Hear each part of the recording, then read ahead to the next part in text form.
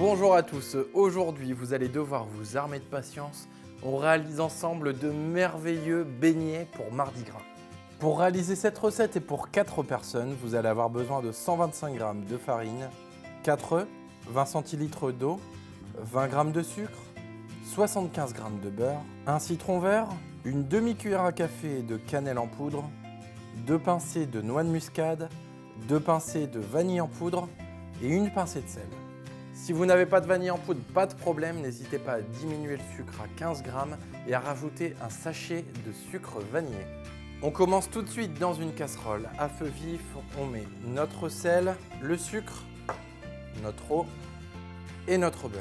On laisse tout ça tranquillement jusqu'à ce que notre beurre soit bien fondu. Notre beurre est maintenant fondu, on retire immédiatement du feu et on y ajoute notre farine d'un trait. On mélange au fouet jusqu'à obtenir une belle pâte bien homogène.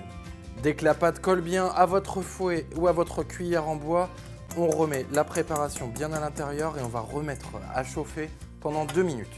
J'utilise maintenant une cuillère en bois beaucoup plus pratique pour ce type de réalisation et je vais venir travailler la pâte comme ceci.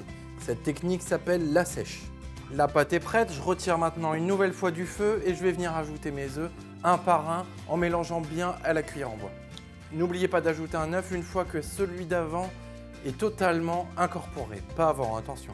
Notre pâte à beignets est presque terminée, nous allons maintenant rajouter le zeste d'un demi-citron vert et toutes nos épices. Et c'est maintenant que vous allez devoir être patient, je vais filmer ma pâte au contact, c'est-à-dire tout simplement appliquer le film alimentaire sur la pâte pour éviter d'obtenir une croûte. Et on va réserver au réfrigérateur pour minimum 3 heures, au mieux une nuit. À demain. De retour après une nuit, notre pâte a bien reposé au réfrigérateur. On va maintenant pouvoir concevoir des petites boules à l'aide de cuillère et directement les plonger dans notre huile bouillante à 140 degrés.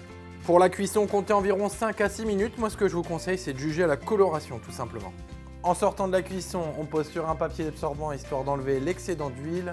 Pour terminer et juste avant la dégustation, moi, ce que je vous conseille, c'est de rajouter un petit peu de noix de coco râpée par-dessus, du sucre et c'est parti. Bonne dégustation et à très bientôt.